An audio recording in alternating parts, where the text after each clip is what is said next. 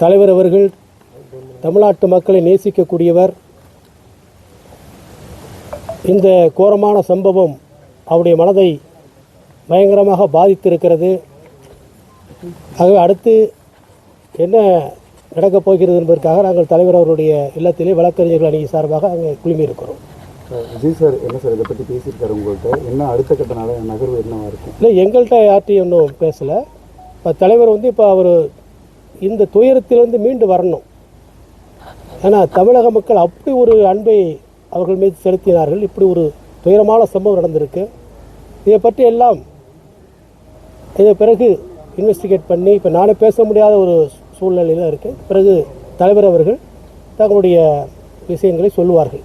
விஜய் அவர்கள் அங்கே இருந்து மக்களை போய் பார்த்துருக்கணும் அப்படிங்கிற ஒரு குற்றச்சாட்டு இருக்கு. ஒரு சில மணி நேரங்களுக்கு பிறகுதான் அவர் இரங்கலை தெரிவித்தார் அப்படின்றது இருக்கு.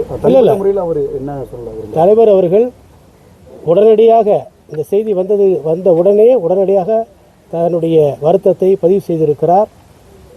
நிச்சயமாக பாதிக்கப்பட்டவர்கள் அவங்களுடைய குடும்பங்களுக்கு தமிழக வெற்றி கழகம் பின்னாடி இருக்கும். தலைவர் அவர்களுக்கு என்றும் உறுதுணையாக இருப்பார்கள். நைட்டு கிளம்பியிருக்காரு சார், முதலமைச்சர் இன்று இரவு போயிருக்காரு.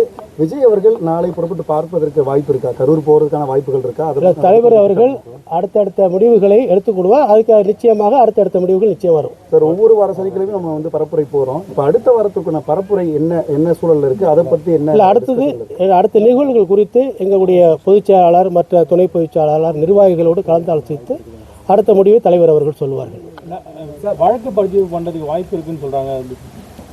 இல்லை, அதாவது இப்போ ஒரு சம்பவம் நடந்ததுன்னா எப்போதுமே எந்த சம்பவம் நடந்தாலும் ஒரு வழக்கு பதிவு செய்வாங்க. அடுத்த 174 போடுவாங்க. அதுமாரி ஒரு வழக்கு பதிவு செய்வதற்கு வாய்ப்பு அது ஆட்டோமேட்டிக்காக வந்துடுறது தான்.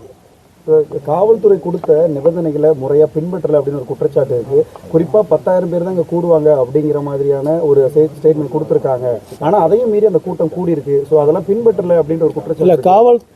காவல்துறை கொடுத்த நிபந்தனைகளை இதுவரை எல்லா கூட்டங்களிலும் தமிழக வெற்றி கழகம் அதை பின்பற்றி இருக்கிறது. அதுபடி நடைபெற்றிருக்கிறது.